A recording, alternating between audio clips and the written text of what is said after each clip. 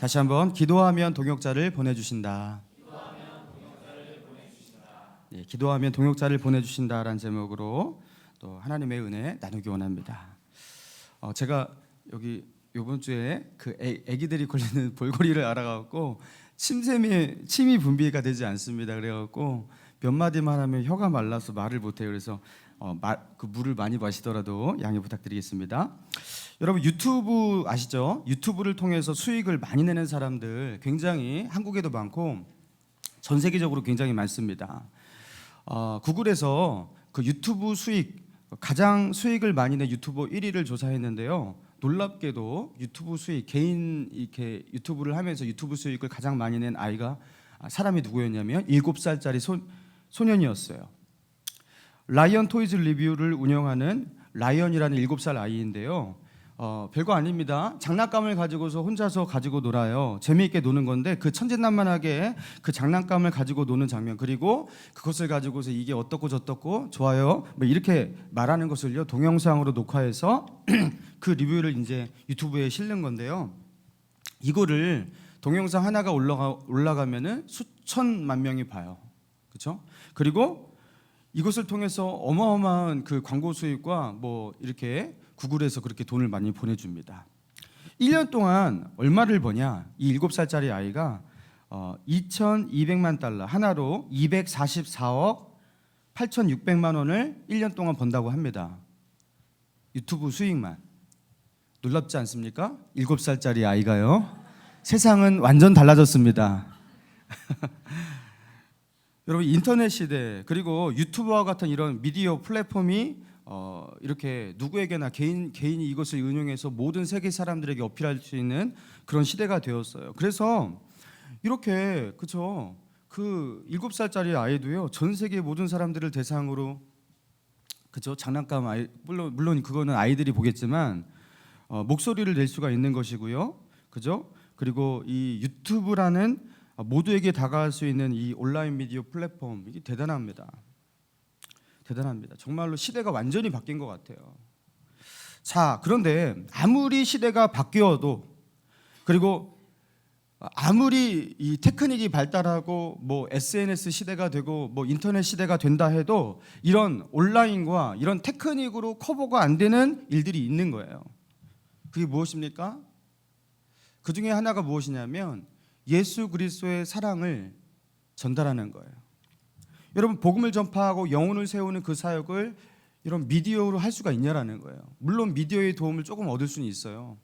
자, 그렇지만 이거는요 주님의 사랑이 이 사람한테 체감되고 전파되는 그 일은요 이게 단순히 뭐 언어로 이게 쉽게 되는 게 아니란 말이에요.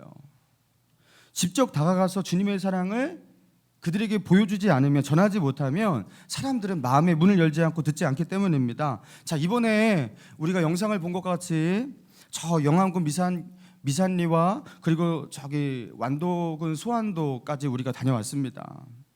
여러분 우리가 인터넷으로 거기에 살고 있는 그 주민들에게 어필할 수 있는 방법이 있냐라는 거예요. 유튜브를 통해서 그들에게 뭘 어떻게 할 수가 있겠냐라는 거예요. 아무리 시대가 발달하고 온라인 시대가 되어도 하나님께서 우리에게 맡겨주신 영혼의 사역들, 여러분 거기에는요 우리의 손과 발이 가고 우리의 헌신이 깃들여지는 어떤 절대적인 헌신이 필요한 것입니다. 그 영혼과 영혼으로 만나고 1대1로 대하는 그런 사역이 꼭 필요하다라는 거예요. 여러분 그래서 주님의 일, 영혼을 구원하고 영혼을 세우는 이 사역은요 일손이 필요해요. 일꾼이 절대적으로 필요합니다. 나 혼자서 이 일을 감당하기에는 너무나 수요가 많아요. 그래서 동역자가 필요한 거예요. 이거는 기계화 시대가 되어서 뭐 기계화 장비로도 감당할 수가 없는 것이고, 뭐 온라인 시대에 뭐 미디어 플랫폼으로 이것을 대체할 수도 없는 것이고, 이 영혼의 사역, 예수 그리스도의 사랑을 이 사람에게 전달하는 것은요 주님의 사랑을 먼저 체험한 사람이 그 사랑을 가지고, 그 사랑의 빚진 마음을 가지고 다가가서 주님 대신에 그 사람에게 예수 그리스도의 사랑과 그 헌신을 몸소 보여주고 그 눈빛으로 마음으로 전하지 않으면요 이게 전달이 되지 않는 거예요. 여러분 그래서 이 영혼 사역은요 우리에게 동역자가 있느냐 없느냐, 그게 매우 중요한 겁니다. 이 일을 함께 할 수 있는 사람이 있느냐 없느냐, 이게 매우 중요한 거예요. 여러분, 그런 맥락 가운데서 오늘 본문의 말씀을 같이 보기 원합니다. 우리 35절의 말씀을 봅니다. 35절 같이 읽겠습니다. 시작. 예수께서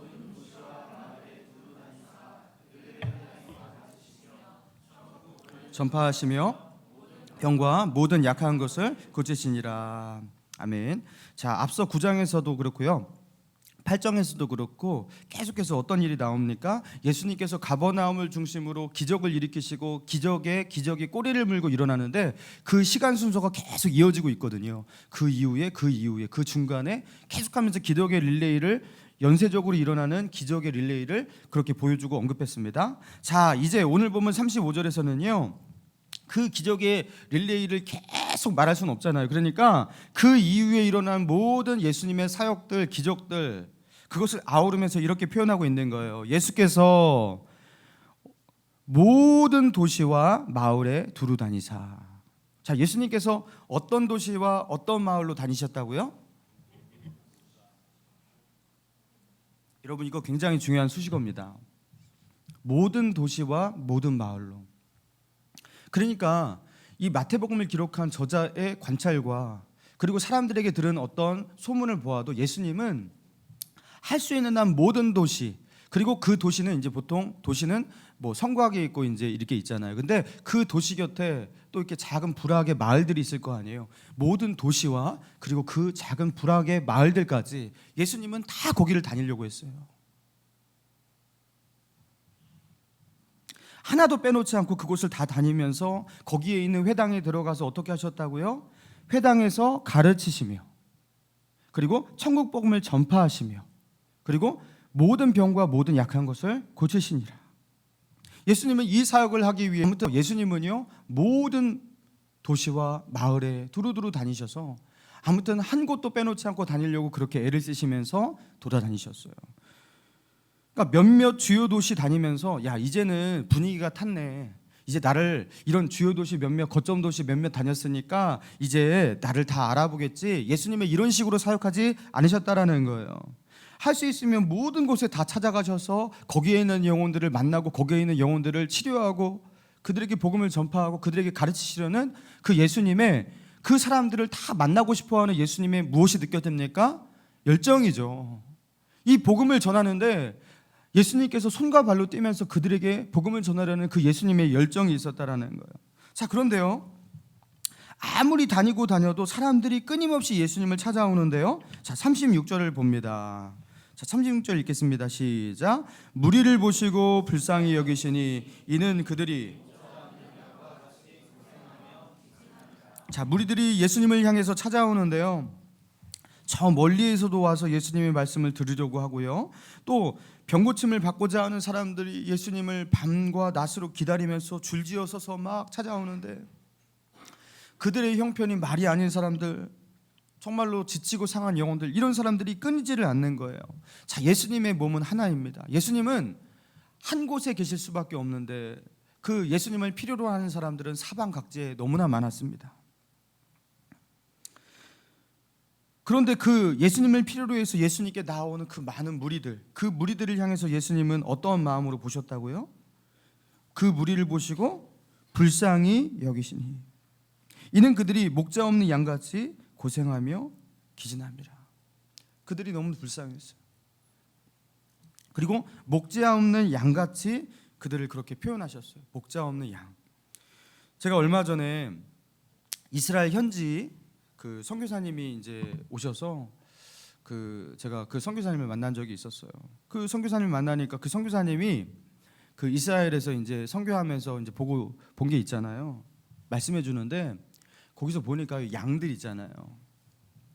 양들이 그 양털의 무게가 어마어마하대요. 그 양털을 깎고 나면 무게가 막 20kg 이렇게 줄어버릴 정도로 양털의 무게가 그렇게 양을 뒤덮고 있습니다.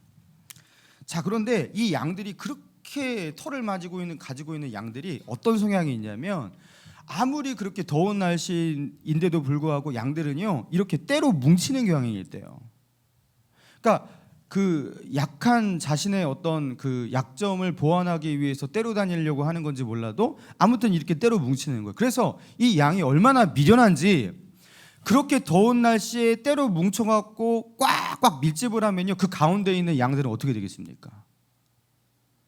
가운데 있는 양은요, 더워서 질식사를 해버린대요. 그 털로 뒤덮인 양들이 모여갖고 막 뭉치는데 가운데 있는 양이 숨을 못 쉬고 그 더워서 죽어버린대요. 그래가지고 이 양들이 스스로 그냥 막 이렇게 뭉치면서 지네들끼리 죽고 하는 게 양이라는 거예요. 여러분 얼마나 미련해요. 여러분 그래서 성경에 보면은 양과 염소라는 표현이 나오죠. 팔레스타인에서 목자들은요, 양들도 키우고 염소도 꼭 같이 키웠대요. 왜인 줄 아십니까? 양에 비해서 염소는 그렇게 큰 쓸모가 없을 것 같은데, 그죠? 근데 염소를 왜 키웠냐? 보통 9대 1의 비율로 염소를 꼭 키운다고 해요. 염소는 어떤 특성이 있냐면 양들이 이렇게 모여 있잖아요. 때로 뭉쳐 있잖아요. 그러면 염소는 이상하게 그것을 싫어한대요. 그래갖고 자기가 막 달려가서 양들을 들이받는데요.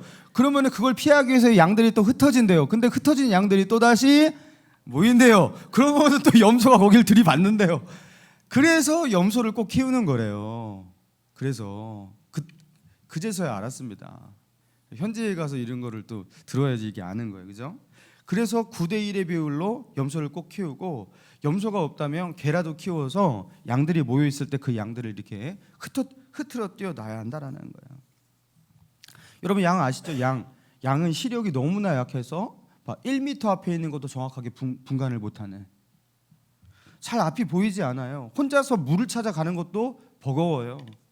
그래서 만약에 목자가 없는 양이라는 것은 어떤 존재와 같냐면 그거요, 그냥 이리저리 헤매고 뒹굴다가요 죽는 양입니다. 목자가 없는 양은 그냥 스스로 고생하다가 얼마 뒤면 죽는 양이에요. 그래서 이스라엘 현지 사람들은요, 그죠? 이 목자 없는 양이란 이 표현을 들으면 딱 아는 거예요. 알아듣는 거예요. 예수님께서 자신을 찾아오는 그 수많은 무리들을 볼 때 어떻게 보였다고요? 목자 없는 양. 너무나 불쌍한 거예요. 그들의 미래는 보이지 않는. 그래서 예수님께서 목자 없는 양같이, 그렇죠? 의지할 목자가 꼭 필요한데 그 목자가 없는 양, 너무나 불쌍한 거예요. 예수님께서 그들의 목자가 되어주고 싶지만 예수님은 몸이 하나예요. 혼자서 그 일을 다 할 수가 없었어요. 그러니까 하시는 말씀이 무엇입니까? 자, 37절과 38절입니다. 자, 같이 읽겠습니다. 37절, 38절 시작. 이에 제자들에게 이르시되,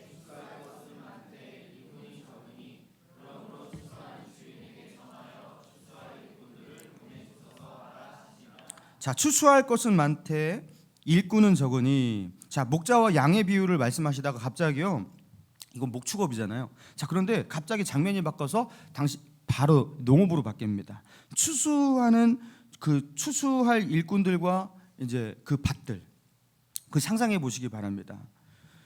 자, 추수해야 할 밭에 그 추수꾼들이, 일꾼들이 나가서 보니까요, 곡식들이 다 익어서 이제 추수를 해야 될 때가 왔어요.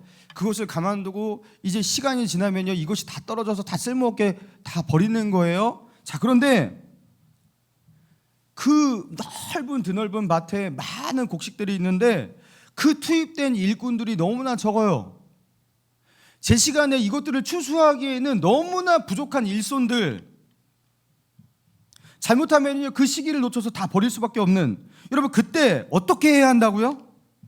자, 한시라도 쉬지 말고 더 열심히 추수해라. 이제는 허리도 피지 말고 더 열심히 낯을 베면서 추수를 해라. 그렇게 예수님께서 말씀하시지 않으셨어요. 38절 보니까 어떻게 말합니까? 38절. 그러므로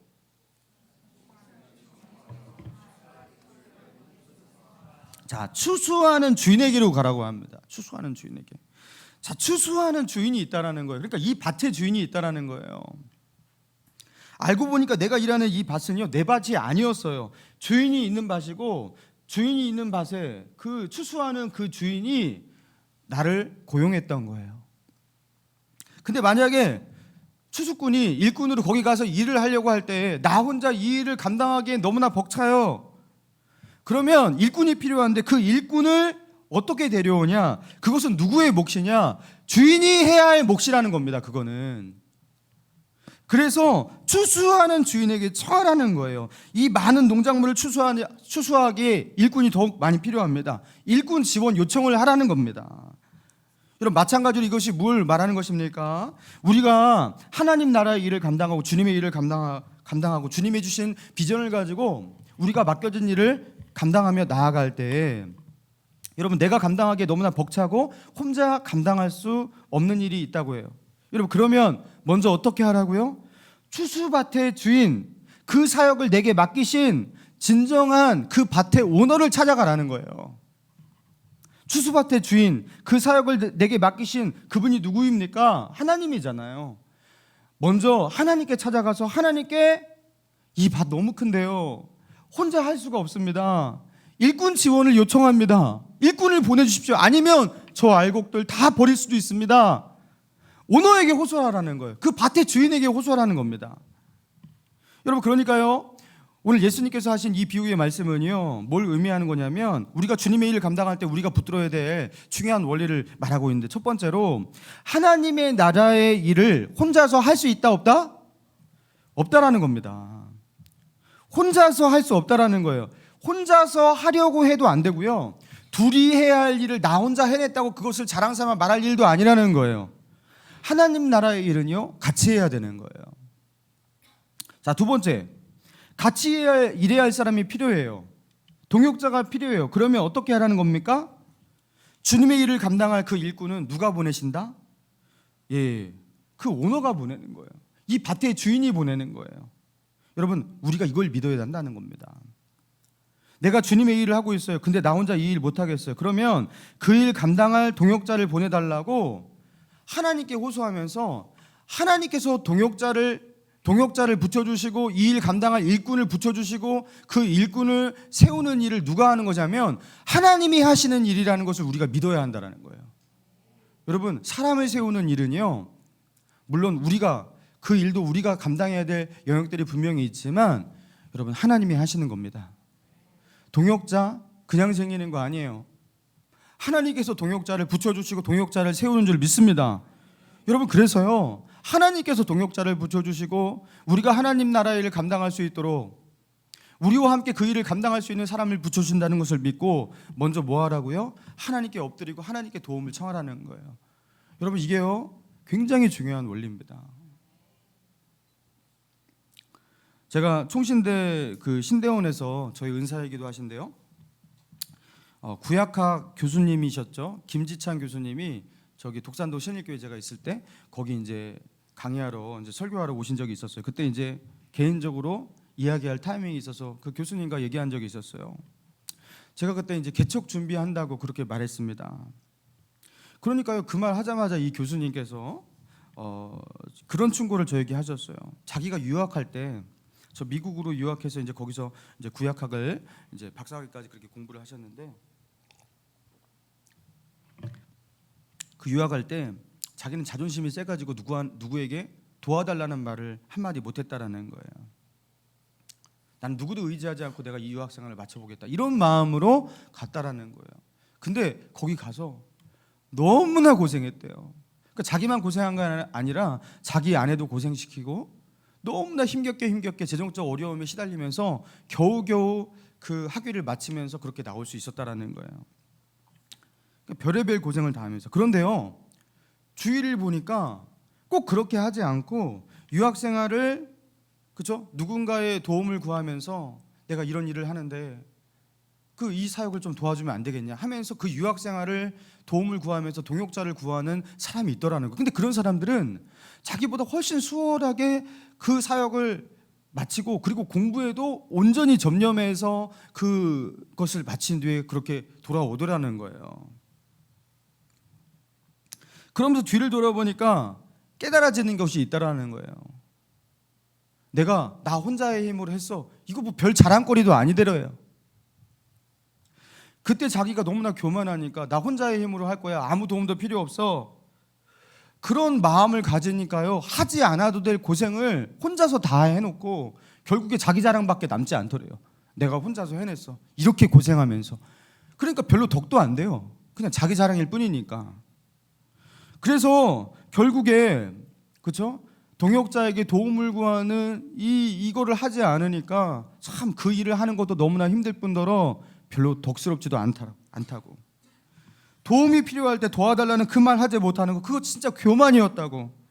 그러니까 저한테 개척교회를 한다고 하니까 저한테 말씀하는 게, 개척교회를 할 거면 누군가의 도움 없이는 절대로 이 일 못하니까 괜히 자기같이 누구 앞에서 떳떳하겠다고 당당하겠다고 뭐 뻣뻣하게 하지 말고 도움을 구하라는 거예요. 그리고 저한테 그러는 거예요. 그때 이제 담임 목사님이신 이건희 목사님한테 바지가랑이를 붙잡고 도와달라고 말을 하고 자존심 다 내려놓고 그러라는 거예요. 저한테 개인적으로요. 저희 이제 교수님이시니까 그런 말을 하셨겠죠. 다 필요 없다고. 교회는 혼자 세워가는 게 아니라고. 지금 그거 하지 않으면 후회할 거라고 그러는 거예요. 여러분, 그 말이 정말 맞는 말이었습니다. 여러분, 목감신일교회는 이 독산동 신일교회에서 이제 분립개척으로 세워진 교회인데요. 우리가 처음에 시작할 때 신일교회라는 동역자 교회가 이 본당을 구매하는 전액을 댔어요. 그리고 이 인테리어 자금도 다 됐어요. 그리고 교회를 시작할 수 있는 동역자를 파송해서 처음부터 30명이 넘는 성도들로 안정적으로 시작하게 되었습니다. 그 이후로도 많은 그 후원과 또 기도가 있었습니다. 자, 그래서 지금 목감신일교회 2년 반밖에 안 됐습니다. 지금 일부 예배를 드리고 있는 목감신일교회, 누가 여기를 개척교회라고 하겠습니까? 이미 목감신일교회는요, 목감동에 정착된 그런 교회예요. 그렇죠? 제가 교역자들 물어보니까요, 목감신일교회를 다 알고 있더라고요. 신기하게. 다른 뭐 지방에서는 다 알고 있더라고요. 왜 알고 있지? 신기하더라고요. 만약에요, 여러분, 강대성 목사가 뭔가 똥꼬집 자존심으로 똘똘 뭉쳐있는 앞뒤가 꽉 막힌 목사예요.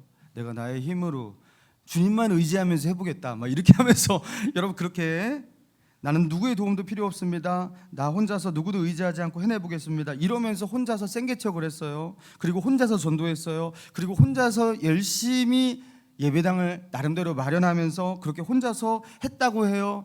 지금 저는 뭐 하고 있을까요? 지금도 혼자일 가능성이 꽤 있습니다.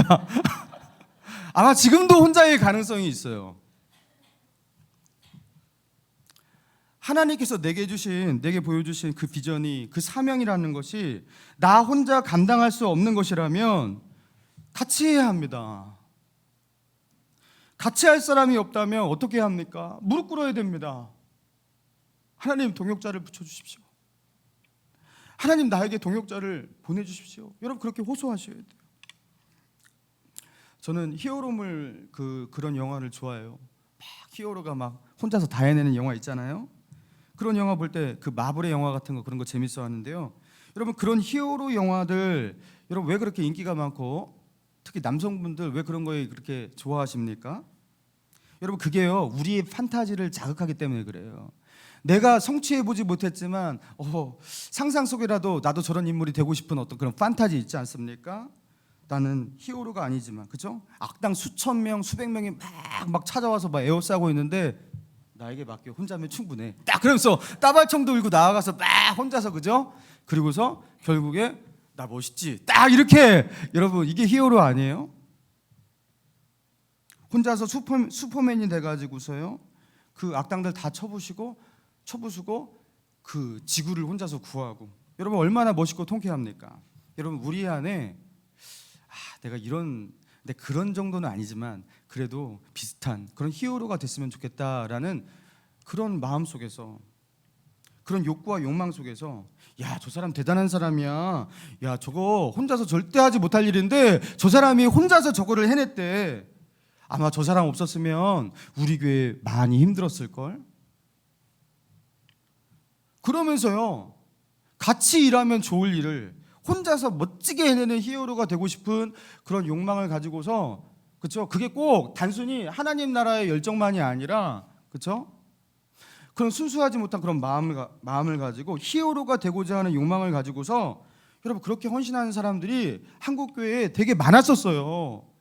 그리고 그걸 가지고 생색을 내요. 내가 옛날에 이랬다, 왕년에 이렇게 했다.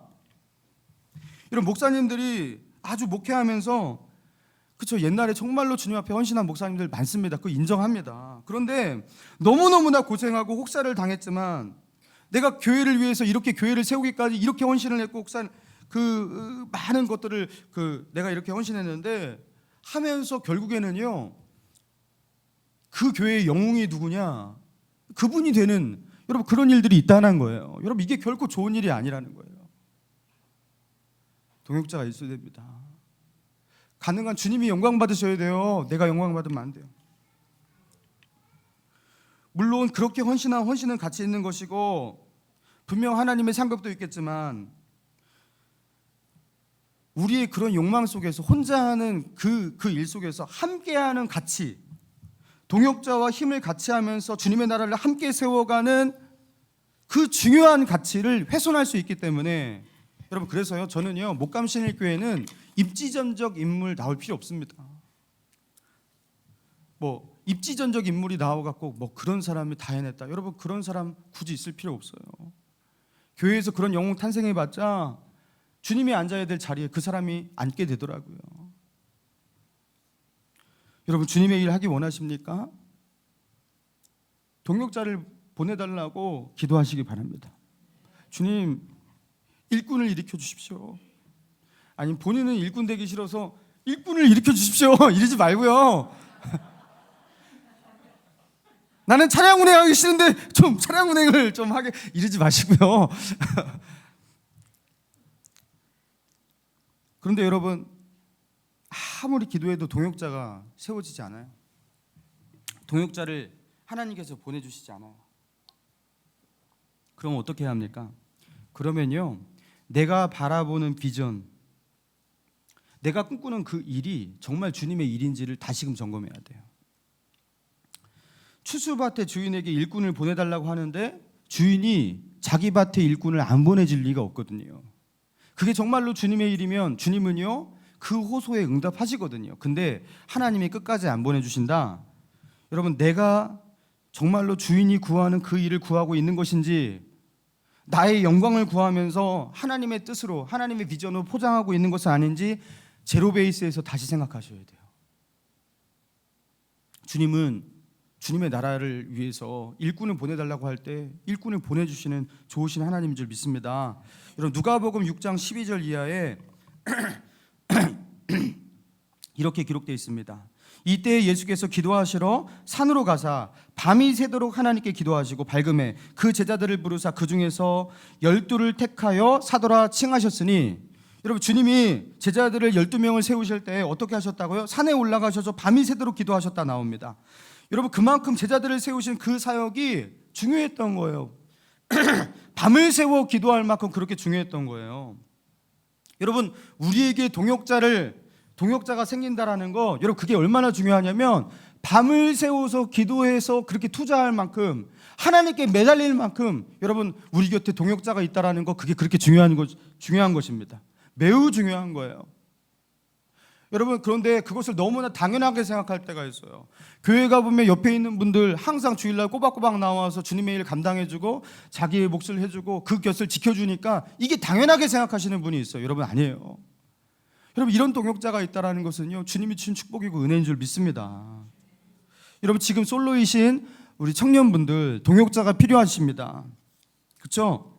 아내를 구해야 되고 남편을 구해야 되고 애인이 필요합니다. 여러분, 인생 최고의 동역자거든요. 그게 최고의 동역자입니다. 결혼 자체를 목적으로 삼으면 안 돼요. 결혼 그 자체가 목적이 아니거든요. 하나님은 그 결혼을 통해서 이루시고자 하시는 하나님의 뜻과 비전과 사명이 분명히 있습니다. 나에게 그 사명이 무엇인지를 점검하면서 하나님께 기도해야 돼요. 그리고 하나님께서 그 비전을 주실 때 주님, 이 일을 같이 할 수 있는 동역자를 붙여달라고 기도하셔요. 그러면 그때부터 뭔가 하나님께서 동역자를 붙여주시고 같은 방향으로 나아가는 그 사람이 보이기 시작할 거예요. 어느 날 동역자를 붙여주실 거예요.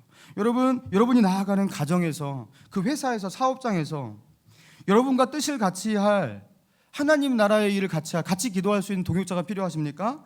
혼자의 힘으로 감당 못하는 그런 영적인 현실과 처지 가운데 있으십니까? 여러분, 추수하는 주인에게 찾아가서 그분에게 호소하라는 거예요. 엎드시라는 거예요. 나 혼자니까 이거 하지 말라는 소리나 보다, 이러지 말라는 거예요. 주님, 함께 이 일을 감당할 수 있는, 그래서 여기서 하나님 나라를 일구어갈 수 있는 동역자를 붙여주십시오. 여러분, 먼저 그 일을 해야 한다는 거예요. 내가 조금 더 열심히 일하고 조금 더 열심히 많이 뛰는 것보다 그렇게 주님 앞에 나아가 주님께 호소하는 그 일이 더욱 중요하다는 겁니다. 하나님은 하나님 나라의 비전을 가지고 주님의 마음으로 영혼 바라볼 때, 그리고 같이 일할 수 있는 일꾼 보내달라고 기도할 때 동역자를 보내주시는 좋으신 하나님인 것을 그렇게 믿고 기도할 수 있는 저와 여러분 되기를 주님의 이름으로 축원합니다.